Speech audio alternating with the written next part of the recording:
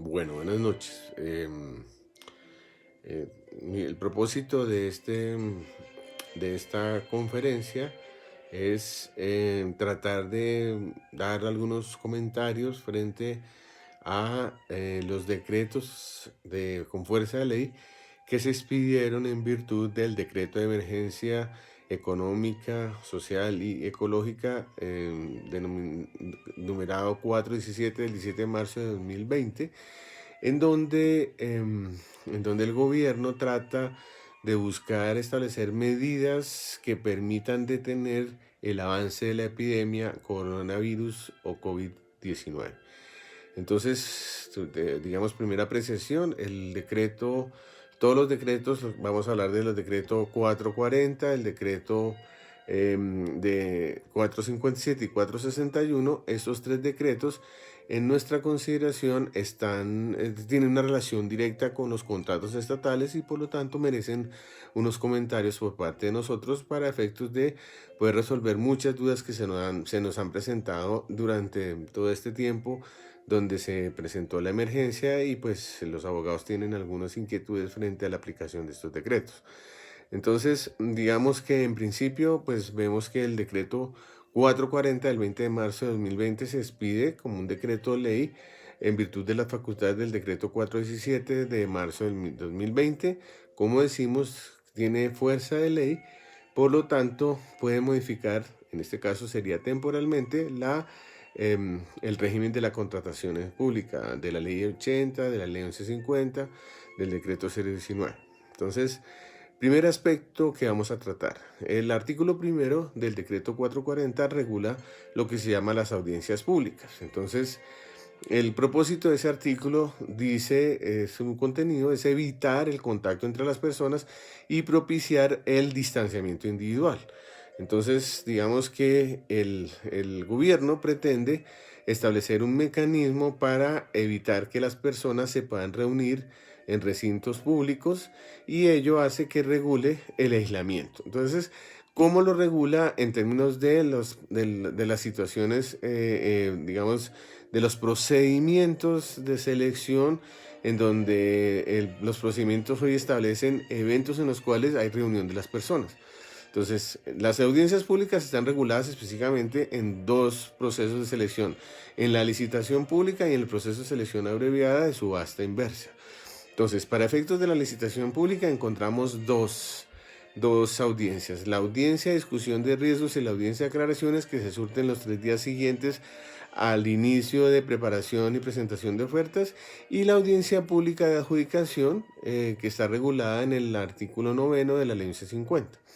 Entonces, ¿qué es lo que nos dice el decreto 440? Nos dice que estas audiencias de las que acabo de mencionar se deben surtir a través de medios electrónicos en donde la entidad va a utilizar el mecanismo que garantice el registro de las personas que van a participar en esa audiencia y, eh, y se debe programar esa audiencia en virtud a que seguramente los pliegos de condiciones establecen un cronograma. Entonces yo debo programar la audiencia que se va a surtir en la entidad, entonces debo programarla a través de un medio electrónico. ¿Qué nos dice el decreto? Que se debe garantizar el procedimiento de intervención de los interesados y se debe levantar un acta de lo acontecido en esa audiencia. Entonces, digamos que en principio proponemos que la herramienta tecnológica que se va a utilizar para estos fines garantice la participación y el registro de las personas y que quede una constancia de esa diligencia. Entonces, tenemos conocimiento de una herramienta que se llama Zoom. Esa herramienta se utiliza para realizar clases virtuales y tiene la ventaja de que pues, se puede levantar un registro, queda grabado todo lo que se surta en esa diligencia y adicionalmente usted tiene la posibilidad de intervenir levantando la mano. Entonces funciona como una clase, pero creo que eventualmente podría ser útil para garantizar los requisitos que el decreto exige para que se surta esta diligencia. Entonces aquí Entonces tenemos que decir que el artículo 9 regula, de la ley 1150 regula que la audiencia sea en audiencia pública, y luego viene el artículo 2212112 del decreto 1082 de 2015, que establece cómo se debe surtir estas audiencias de la licitación pública. Entonces, pues una sería la audiencia del artículo 4 de la ley 1150, que regula la discusión de riesgos en el contrato. Entonces aquí tendremos que decir que el riesgo es un evento que puede suceder o no, que es previsible, que tiene impacto en la cuestión económica del contrato y que será adjudicable a quien está en mejor capacidad de poderlo controlar. Este análisis de riesgos, que debe estar contenido en los pliegos de condiciones o en un documento aparte, es el que se debe discutir en una audiencia pública. Esta audiencia es obligatoria. Y luego la audiencia de aclaraciones, que está regulada en el artículo 30 de la ley 80, en donde se establece que el Estado deberá resolver las inquietudes que se presenten por parte de los interesados respecto de los documentos del proceso, que son específicamente los pliegos de condiciones. Entonces, este documento, pliego de condiciones, genera algunas inquietudes y observaciones entre los interesados, los cuales se van a resolver en esta audiencia de aclaraciones. Esta audiencia por ley es facultativa y se debe programar para efectos de que quede en el cronograma la posibilidad de que por los interesados estén interesados en que se realice esta audiencia. Nosotros hemos recomendado que esta audiencia siempre se deba programar en el cronograma, porque en ella se debe surtir la audiencia de discusión de riesgos. Entonces, en principio, lo que es el manejo de la audiencia, eso sigue vigente en el artículo que acabo de mencionar. Entonces, allí el decreto reglamentario dice que se pueden pronunciar sobre las respuestas dadas por la entidad a las observaciones presentadas respecto al informe de evaluación, que no implica una nueva oportunidad para mejorar o modificar la oferta, y allí la entidad hará los análisis adicionales luego de que se surtan las observaciones por un tiempo que la entidad concede a cada uno de los proponentes, y allí en esa audiencia o bien el Estado puede suspenderla por el término que sea necesario para que se verifiquen los asuntos debatidos en ella. Se debe conceder la palabra por una sola vez a los oferentes que lo soliciten, y luego el Estado, intervenidos todos los que participan en esa diligencia, entonces procederá a adoptar la decisión de adjudicación o la que ella corresponda, dependiendo cómo se hayan debatido los asuntos relacionados con la adjudicación de la oferta. Dice la norma que se podrá prescindir del borrador del acto de adjudicación si se ha publicado con debida antelación el proyecto de adjudicación del contrato. Ese, digamos, sería un primer aspecto a considerar. El otro asunto que regula el artículo primero del decreto 440 tiene que ver con la adquisición de bienes y servicios con características técnicas uniformes, que se adjudique de manera presencial a través de una subasta inversa. Entonces, en este caso, lo que nos dice el decreto de emergencia o el decreto 440 es que en este caso la Agencia Nacional de Contratación Pública, Colombia Compra Eficiente, pondrá a disposición de las entidades estatales una aplicación para adelantar las subastas electrónicas en el sistema electrónico de compra de contratación pública llamado SECOP2. En ausencia de la aplicación, las entidades podrán adquirir de manera directa la plataforma electrónica dispuesta en el mercado para estos efectos. Entonces, ¿qué pasa? Digamos, hay una audiencia que se llama audiencia presencial en el proceso de selección abreviada de bienes y servicios con características técnicas uniformes. Entonces, digamos que esta audiencia presencial ya no se puede surtir, ya se tiene que surtir a través de un sistema electrónico. Entonces, pues digamos que en principio el Estado debería acudir directamente a Colombia Compra para que se preste o se permita el acceso a esta plataforma para que se hagan los lances de la audiencia de subasta inversa a través del método electrónico. Entonces, digamos, eso supone pues que los participantes que quedaron habilitados en la subasta inversa podrán hacer los respectivos lances de descuento a través de los tiempos, digamos, regulados en la subasta electrónica, y ellos podrán hacer los lances digamos, en el método establecido en los pliegos de condiciones, pero hoy, como digo, ya no es posible a través de la subasta presencial. Eso frente a lo que tiene que ver con las audiencias públicas. Ahora, em, el segundo aspecto que yo quiero tratar aquí es el artículo segundo del decreto 440 del 20 de marzo de 2020. Entonces allí lo que se establece es que la regulación excepcional para el trámite previsto para el artículo 86 de la ley 1474 de 2011. Entonces, en principio es una audiencia oral que se surte para efectos de imponer las sanciones contractuales. ¿Las sanciones contractuales cuáles son? La imposición de multa, hacer efectiva la cláusula penal pecuniaria y la declaratoria de caducidad. Cualquiera de esas tres sanciones, la multa, la hacer efectiva la cláusula penal o la caducidad, se deben surtir a través de un procedimiento garantista del debido proceso que está regulado en el artículo 86 de la ley 1474 de 2011. Esta audiencia pública, que debería ser presencial, que se maneja de manera oral, pues lo que nos propone el decreto reglamentario, el decreto de emergencias, es que se podrán realizar a través de medios electrónicos. Entonces, digamos que el Estado deberá, digamos, establecer una herramienta que permita garantizar el acceso a los contratistas y además en la citación que se hace a la compañía de seguros, que es la que está garantizando el cumplimiento del objeto del contrato. Entonces, digamos, el mecanismo lo tiene que proponer la administración. Yo creería, vuelvo, insisto, que la herramienta Zoom puede ser muy útil para estos propósitos.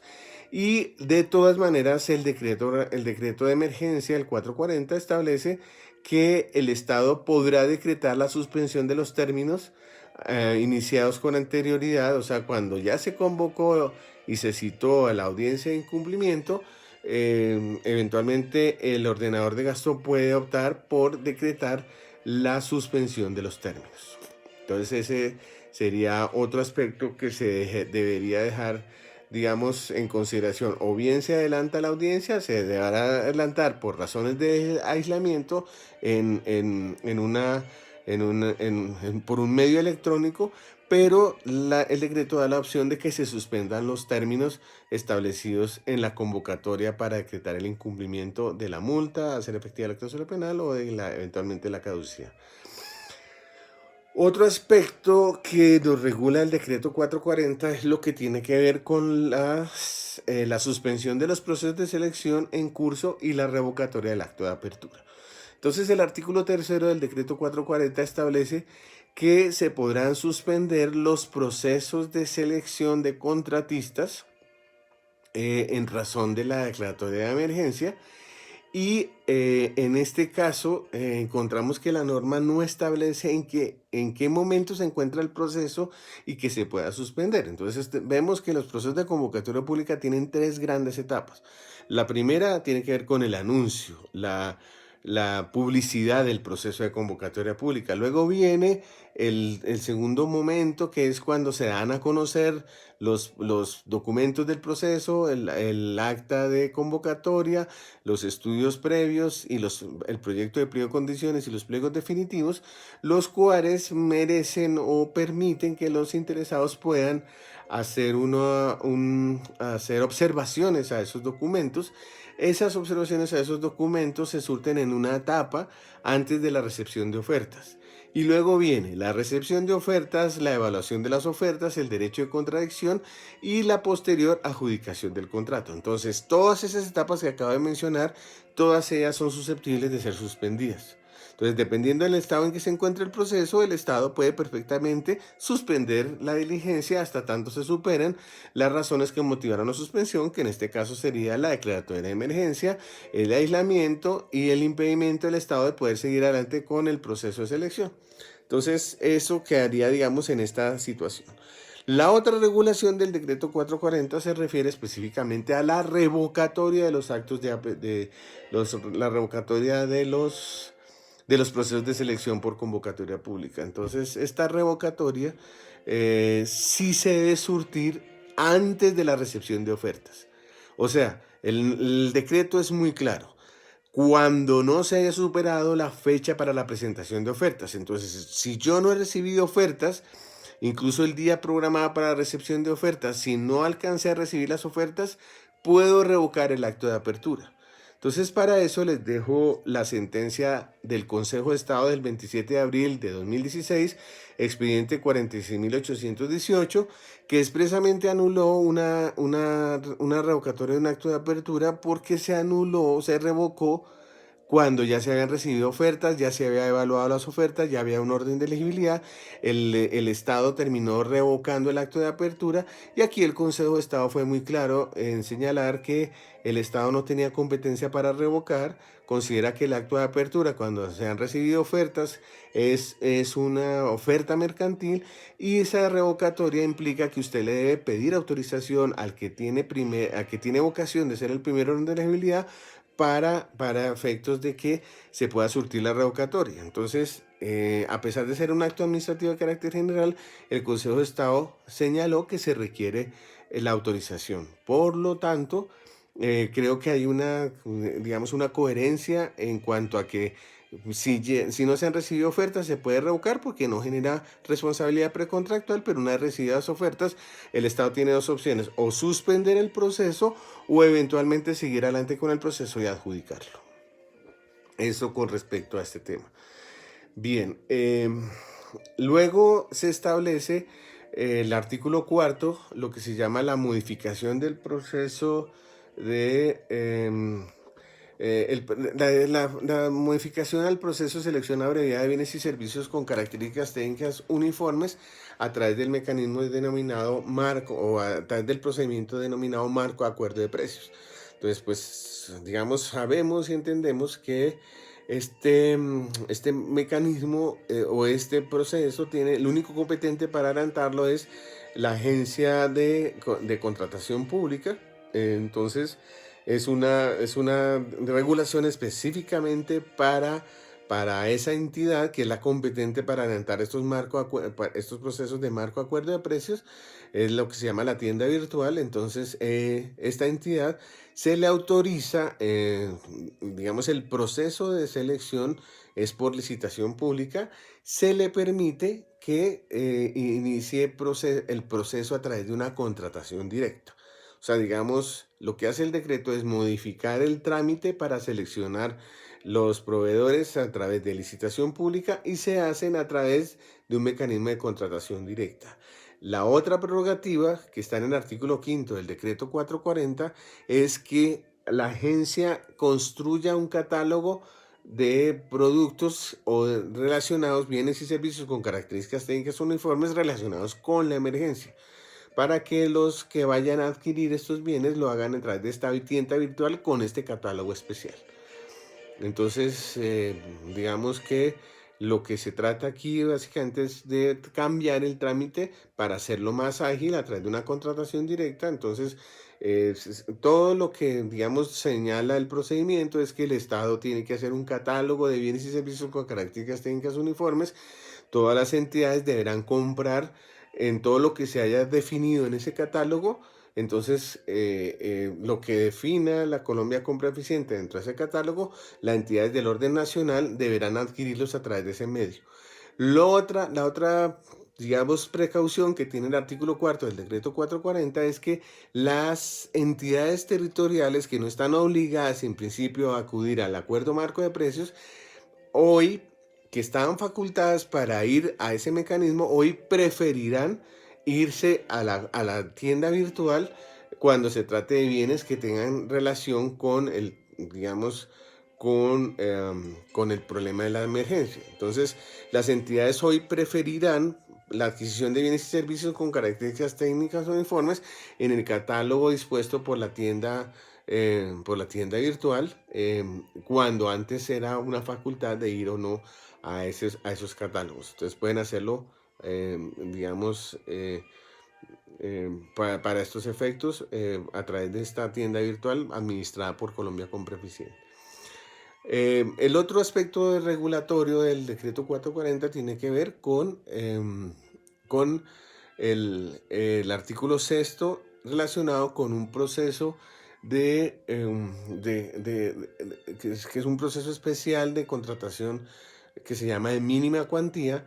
Ese proceso de mínima cuantía, que es un proceso ágil muy rápido para compras públicas asociados a una cuantía, a la mínima cuantía de cada una de las entidades, hay un proceso especial que se llama adquisición de grandes superficies. Esta adquisición de grandes superficies em, está regulado en los numeral 2212151 del decreto 1082 y en el 2212 eh, 2212153 del decreto 1082. Entonces, en un lado, pues está la construcción de los estudios previos para la contratación de mínima cuantía.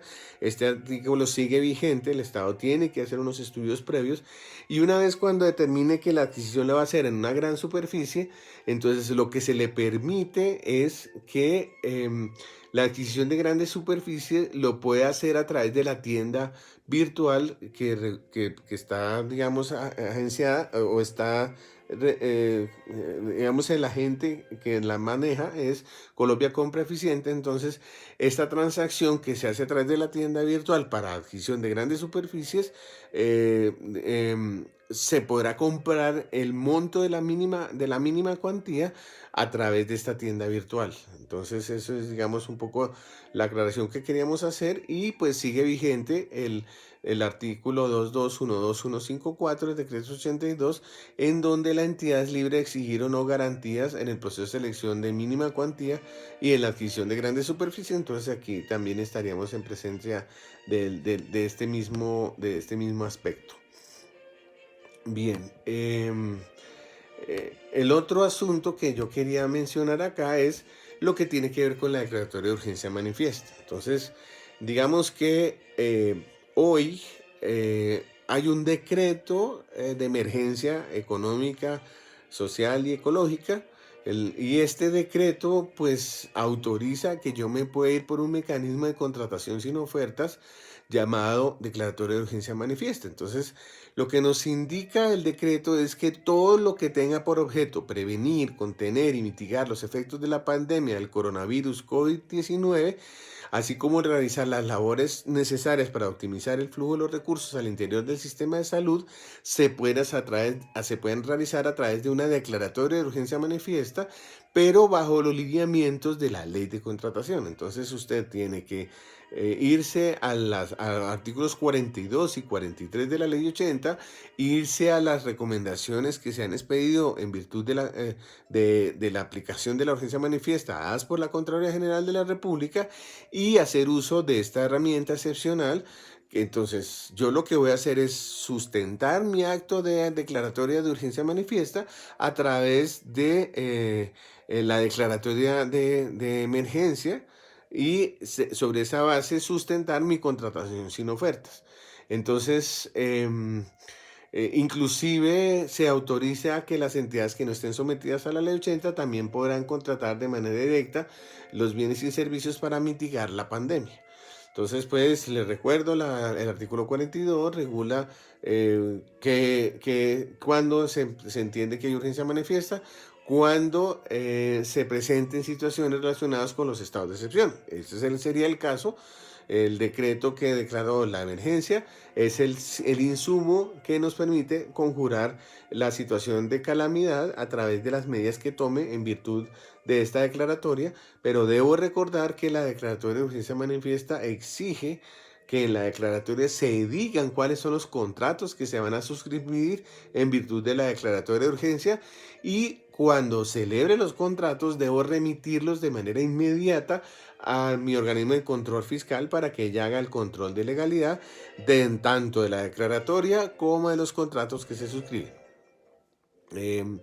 Debo recordar pues que ese es un mecanismo de contratación sin oferta regulado en el numeral cuarto del artículo segundo de la ley 1150 y el decreto reglamentario que regula la urgencia manifiesta es los artículos 2212142 y 2212145 Entonces, simplemente lo que nos advierte el decreto reglamentario es que el acto que justifica la contratación directa es el mismo acto declaratorio de urgencia manifiesta, que reemplaza el acto de justificación, y la entidad no está obligada a elaborar estudios y documentos previos. Por otro lado, el otro artículo del decreto reglamentario establece que no se requiere la exigencia de garantías, eh, y tendrá usted que justificar por qué no exige estas garantías. Eh, ya siguiendo adelante con el decreto 440 del 20 de marzo, ahí se regula lo que tiene que ver con la adición de los contratos y la modificación del objeto del contrato. Entonces, aquí, digamos, ¿qué es lo novedoso del decreto reglamentario? Lo que nos está diciendo el decreto es que los contratos estatales que se relacionen con bienes, obras o servicios para mejorar la situación de la emergencia se podrán adicionar sin límite de valor. Ese es, digamos, el cambio o la modificación que sufre el Estatuto de Contratación. Si leemos el artículo 40 de la Ley 80, vemos que el artículo 40 limita la adición de los contratos hasta en un 50% del valor expresado en salarios mínimos legales vigentes. Entonces, aquí se establece una excepción a esa prohibición de adicionar los contratos por un valor superior al 50% cuando se trata de bienes, obras o servicios que permitan la gestión y mitigación del estado de emergencia. Entonces, esta es, digamos, un poco la precaución que da el decreto de que se amplíen los contratos sin límite para poder atender la emergencia. Eh, el otro aspecto que regula el 440 es en el artículo 9, que nos habla sobre la regulación del pago a los contratistas por medios electrónicos. Entonces, lo que se está estableciendo allí es un mecanismo que le permita al Estado poder pagar la remuneración de sus contratistas a través de medios electrónicos. Entonces, digamos que lo que se intenta es buscar facilitar el cumplimiento de las obligaciones a cargo del Estado, como es el pago de sus obligaciones, a través de mecanismos distintos a la facturación en físico. Se pueda permitir el pago el trámite a través de un método, de un mecanismo electrónico, y de esto pues ayudaría un poco a mitigar los efectos de la emergencia, porque va a generar que el Estado pueda generar flujo de caja a sus contratistas. El último aspecto que vamos a mencionar frente al decreto 440 es lo relacionado con los contratos del Fondo Rotatorio del Ministerio de Relaciones Exteriores, en donde este fondo se autoriza a través del decreto de emergencia que no esté sometido al Estatuto de Contratación de la Administración Pública. O sea, es como si el decreto de emergencias le generara un régimen privado a la ejecución del Fondo Rotatorio de Relaciones Exteriores. Entonces, ¿qué va a hacer este fondo? Este fondo puede celebrar convenios interadministrativos internos o contratos que tengan como propósito adquirir con entidades públicas extranjeras, empresas privadas extranjeras u otras organizaciones o personas extranjeras, bienes y servicios que se requieran para mitigar la pandemia, en donde al excluirlo del Estatuto de Contratación puede hacerlo de manera directa, aplicando normas civiles y comerciales, y eso significa que puede tanto hacer convenios interadministrativos de manera directa o compras directas a empresas, digamos, estados, a entidades públicas extranjeras, empresas privadas extranjeras u organizaciones o personas extranjeras. Pero obviamente tendrá que justificar el contrato con la mitigación de la pandemia. Bien, entonces esto con lo que tiene que ver con el decreto 440 de 2020. Ahora vamos a hablar del decreto 457 del 22 de marzo de 2020. Entonces, digamos que este decreto se expide considerando las situaciones digamos, él pretende regular el aislamiento. Él pretende regular que digamos, la manera de mitigar la epidemia es a través del aislamiento, a través del confinamiento, pero deja abiertas unas excepciones al aislamiento. Entonces, empecemos por el principio. El artículo primero regula: todos están obligados a aislarse desde las 0 horas del 25 de marzo del 2020 hasta las 0 horas del día 13 de abril del 2020, con el propósito de mitigar la emergencia sanitaria ocasionada por el coronavirus o COVID-19. Entonces, este aislamiento preventivo obligatorio que limita la libre circulación de las personas y los vehículos en el territorio nacional tiene unas excepciones.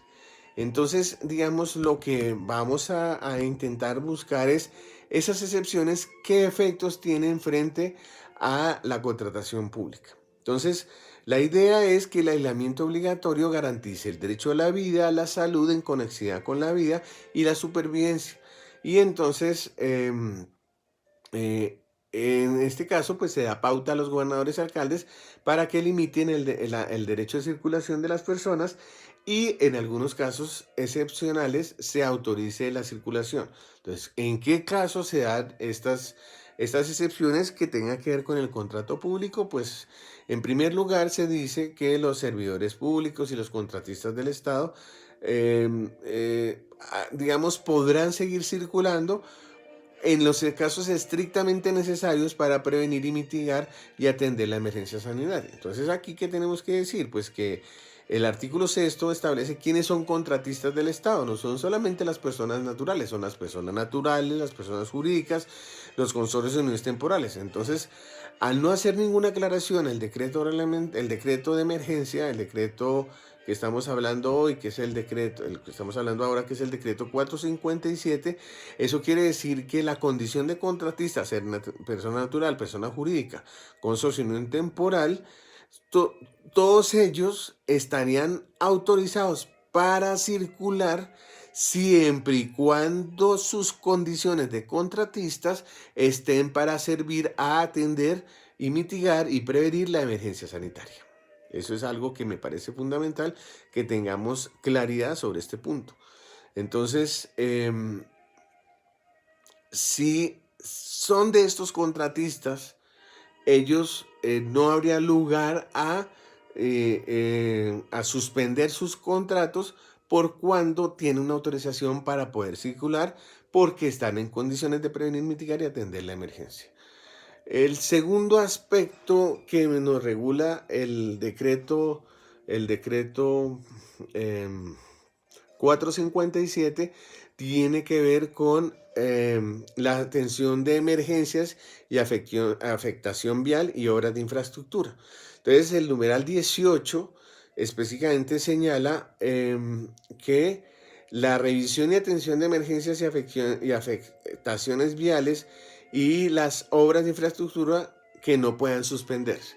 Entonces, digamos, toda obra de mitigación que tenga una obra de mitigación en una vía, por ejemplo, estos casos que han sucedido, por ejemplo, en la vía Villavicencio, en donde se generan derrumbes, estas obras de mitigación siguen ejecutándose. Entonces, todas las personas, el contratista y sus contratistas o su nómina que está a cargo de estas obras, no se suspende el contrato, sino que sigue la ejecución del contrato y todas estas personas estarían autorizadas para movilizarse y circular. Las otras obras es las obras de infraestructura. Entonces, una obra de infraestructura, un colegio, una edificación en general, una obra pública, no se podrá suspender si la obra en sí misma, por razones o especificaciones técnicas, se afectaría mucho más grave si se suspende que si se sigue adelante con su ejecución. Entonces, los ingenieros tendrán que hacer una calificación sobre qué pasa si la obra se suspende y qué pasa si la obra se continúa su ejecución. Si la obra no le sucede, digamos, no tiene ningún efecto en el método constructivo que permita su suspensión, se suspenderá. Pero si no, tendrá que seguir su ejecución y ello tendrá que dejarse, digamos, la constancia correspondiente. El otro tema es la numeral 34 que dice la construcción de infraestructura de salud estrictamente necesaria para prevenir y mitigar, el numeral 31, me excuso, la numeral 31 que habla de la intervención de obras civiles y de construcción, las cuales por su estado de avance de obra y sus características presenten riesgos de estabilidad técnica, amenaza, colapso o requieran acciones de reforzamiento. Creemos que aquí se está refiriendo tanto a obras públicas como a obras privadas. Entonces, en estos casos también se requiere un concepto técnico que indique si la obra se va, qué pasa si la obra se suspende, qué pasa si la obra se continúa, y esa calificación permitirá que sigan circulando los operarios, los profesionales que están a cargo de estas obras. Y por último está el numeral 34, la construcción de infraestructura de salud estrictamente necesaria para prevenir y mitigar la atención de la emergencia sanitaria. Entonces, en este caso, pues tiene que haber digamos, un aspecto técnico muy importante es que las personas que van a circular, que van en esa excepción a circular, deben ir con todas las garantías de salubridad. Los contratistas o el contratante debe estar, el contratista debe estar muy vigilante en que se preserve la salud de la persona que va a circular, que va a operar en estas condiciones, y debe estar plenamente identificado y qué es lo que va a realizar. Bien, entonces, digamos, aquí se deben dar todas las garantías a estas personas que van a estar circulando en un estado de emergencia de epidemia. Entonces, yo pienso que aquí se deben garantizar transportes exclusivos para estas personas, situarlos en las obras, que haya una suficiente distancia entre los operarios. Todas estas garantías, el aislamiento de la persona en cuanto a tapabocas, ropa completa que cubra su cuerpo, guantes, en fin, para que en la medida de lo posible no se contamine o no evitar la posible contaminación de la persona. O si no, si no se puede garantizar eso, habrá que suspender la obra. Pero siempre se tiene que mirar, ponderar si el daño de la obra es mucho más grave que seguir adelante con su ejecución, y entonces habría que mirar muy bien este punto. Eh, Aquí recomendaría que se leyera la sentencia C-300 del 25 de abril de 2012, que establece unas pautas de la Corte Constitucional frente a la modificación de los contratos.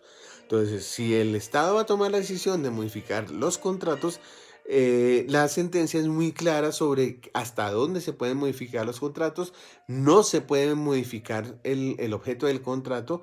Eso sería un nuevo contrato, estaría prohibido.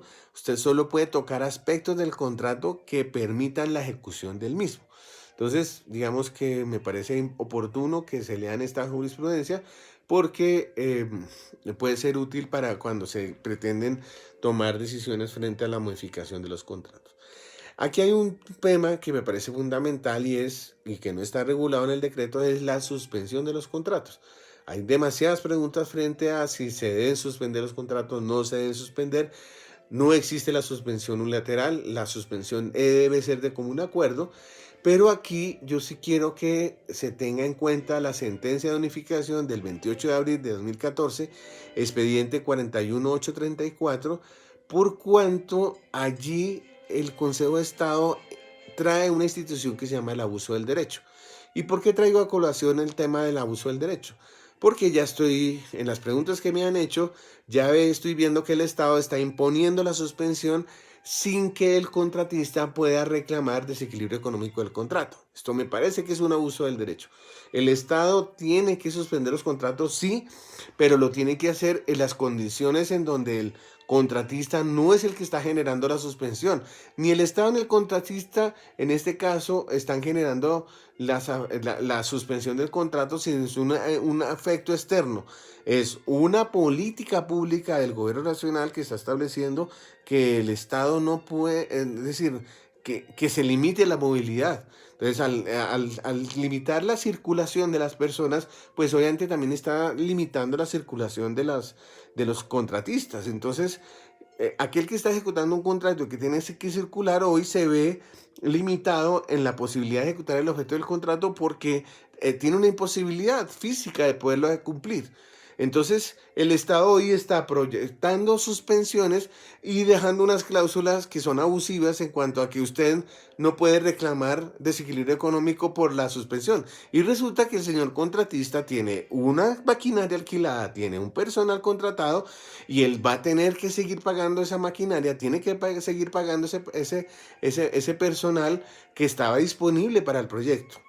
Entonces yo creería que aquí lo que tenemos que hacer es empezar a mirar cómo logramos que el contratista suspenda el contrato, pero con la posibilidad de que haya una suspensión parcial, que él siga manteniendo el personal y el alquiler de la maquinaria para que esté disponible para el Estado, de tal manera que cuando se reactive el contrato sea de manera inmediata la reactivación, porque el contratista mantuvo ese personal, mantuvo esa maquinaria disponible para el proyecto.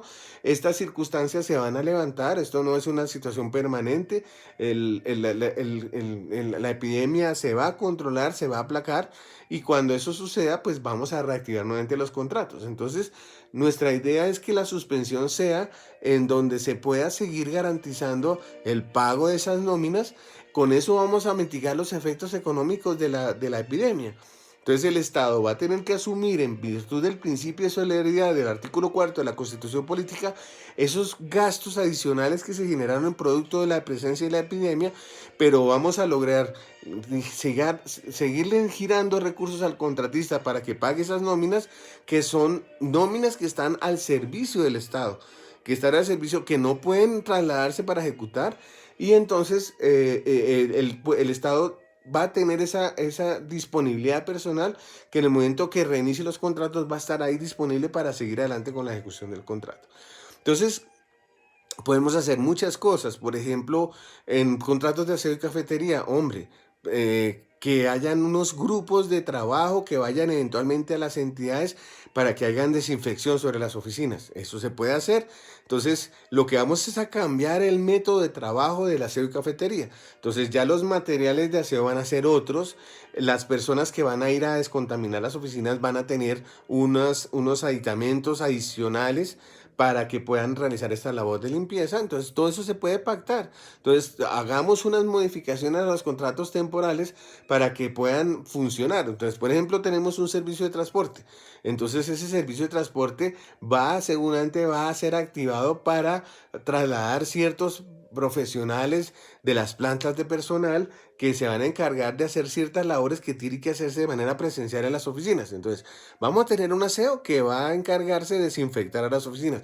Vamos a tener unos servidores públicos que se van a trasladar, es necesario trasladarlos, o sea, vamos a bajar el número de servidores públicos que van a ir a las oficinas, pero podemos usar el transporte para que ellos vayan, no tengan que estar en contacto con otras personas ni en el servicio público. Eso perfectamente lo podemos hacer. Entonces, mi recomendación es que se hagan, digamos, algunos pactos, pero las suspensiones no pueden ser de esa manera como se está haciendo en este momento. Eso es una agresión para los contratistas y los vamos a quebrar.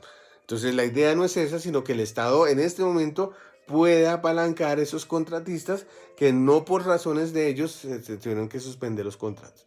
Y por último está el decreto 461 del 22 de marzo de 2020, por el cual se autoriza temporalmente a los gobernadores y alcaldes para reorientar las rentas y reducción de las tarifas de los impuestos territoriales, en virtud del decreto de emergencia. Entonces, digamos que las consideraciones del decreto son interesantes.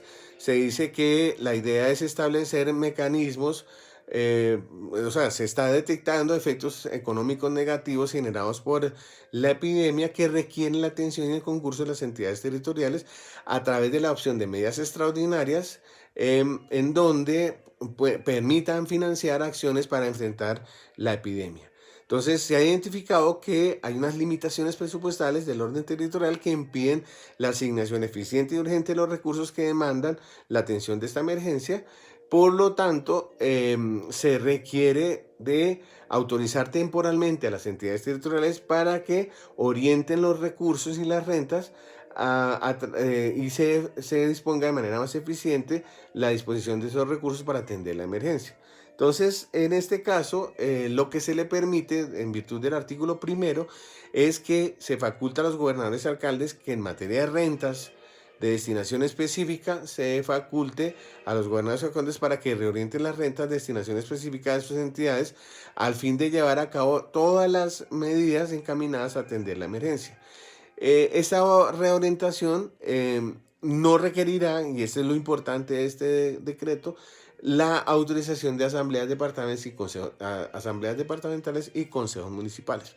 Entonces, digamos aquí lo que se requiere o lo que se hace es eliminar un trámite que para efectos del presupuesto, quien es competente en virtud de la Constitución es de las asambleas y de los consejos municipales. Entonces, este trámite presupuestal ya no va a requerir esas autorizaciones, sino que directamente el alcalde o el gobernador, a través de acto administrativo, hace los traslados correspondientes, todos encaminados a atender la emergencia sanitaria que estamos sufriendo los colombianos.